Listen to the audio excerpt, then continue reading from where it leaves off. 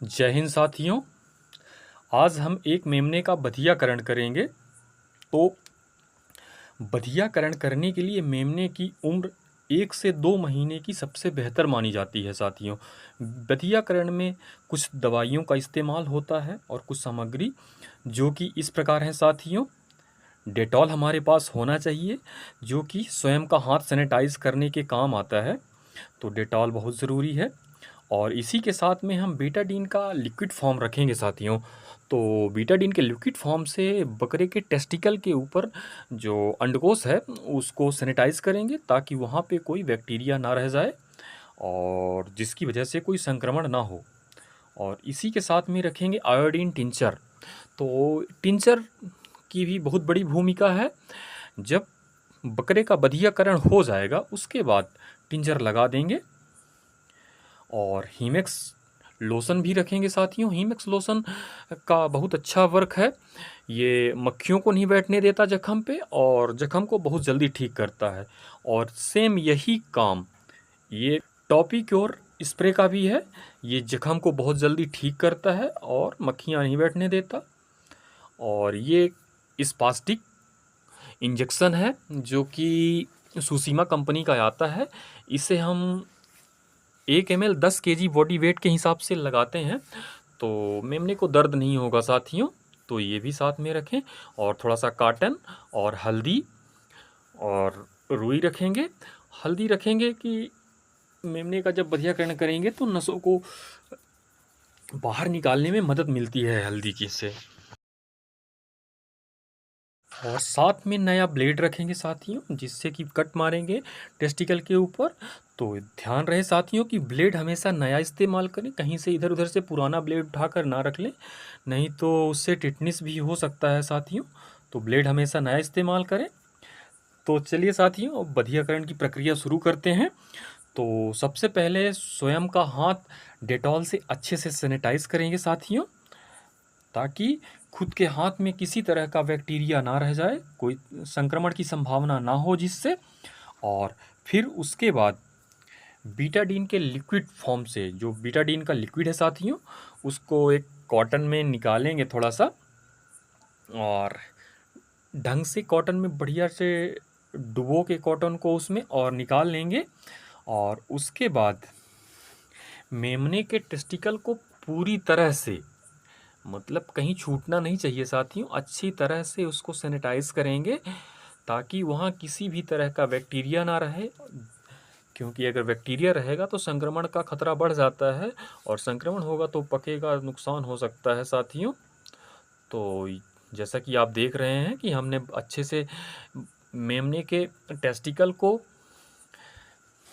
Bacteria से मुक्त कर दिया है और सैनिटाइज कर दिया है। और हम अब ब्लेड की मदद से एक छोटा सा कट मारेंगे उसके टेस्टिकल के ऊपर। और साथियों ध्यान रहे कि एक टेस्टिकल के जो एक साइड का जो अंडा होता है ना, जिसे हम देसी भाषा में अंडा कहते हैं, तो वहीं पे छोटा सा कट मारेंगे और प्रयास करिए कि दोनों अंडे उसी रास्ते से निकालिए, दूसरा दोबारा कट मारने की ज़रूरत ना पड़े ताकि कम से कम तकलीफ हो। और आसान सी प्रक्रिया द्वारा छोटा सा कट मारें। और ये देखिए साथियों, ये हमने एक टेस्टिकल को निकाल लिया है और अभी थोड़ा सा हल्दी लगा के इसको नस को मसल के और वहाँ से कट कर देंगे। तो जैसा कि आप देख रहे हैं कि अभी हल्दी लगा के हमने इस नस को बाहर खींचा है और ये कट कर दिया गया। और अब हम दूसरे टेस्टिकल को निकालेंगे। तो ये देखिए दूसरा टेस्टिकल भी हमने निकाल दिया है साथियों और हल्दी लगा के फिर इसकी भी नस को काट देंगे। और इस तरह से अभी इसका लगभग बधियाकरण का की प्रक्रिया 80% कंप्लीट हो गई है। और उसके जो अंडकोश का चमड़ा है उसको अच्छे से चिपका देंगे आपस में।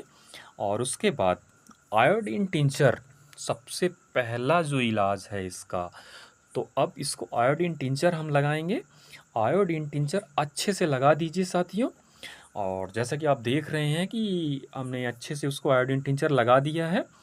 और आयोडीन टिंचर लगाने के बाद हीमेक्स लोशन लगाएंगे और टॉपिक्योर स्प्रे भी मारेंगे।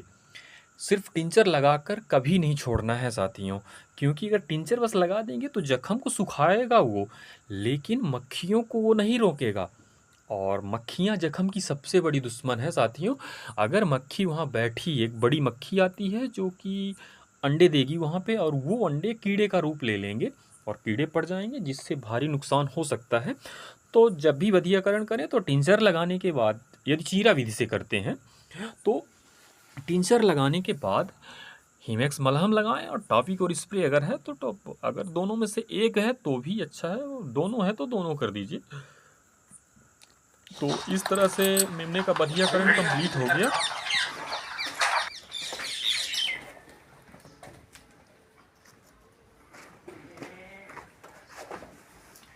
तो जैसा कि साथियों अभी इसका बधियाकरण हो गया है, और बधियाकरण होने के बाद थोड़ा सा ब्लीडिंग होगी, ठीक है ना। तो इसमें परेशान होने की ज़रूरत नहीं है। ये 1-2 मिनट बाद नसें कटी हैं तो ब्लड आ रहा है और रुक जाएगा। तो इस प्रकार आप भी अपने फार्म में बधियाकरण कर सकते हैं साथियों। और बधियाकरण करने के फ़ायदे ये होते हैं कि मेमने की ग्रोथ अच्छी होती है, और बकरी पालन का मेन पर्पज़ है मीट। तो अगर मीट के लिए बकरा तैयार करना है, तो अगर आप खस्सी करते हैं, बधियाकरण करते हैं, तो 1 साल के अंदर अच्छा ग्रोथ आएगा, और जब ग्रोथ आएगी अच्छी तभी अच्छे पैसे मिलेंगे, और तभी हम एक सक्सेसफुल फार्म चला सकते हैं। तो बधियाकरण फार्म में करना बहुत ज़रूरी है। तो इसी के साथ जय हिंद साथियों।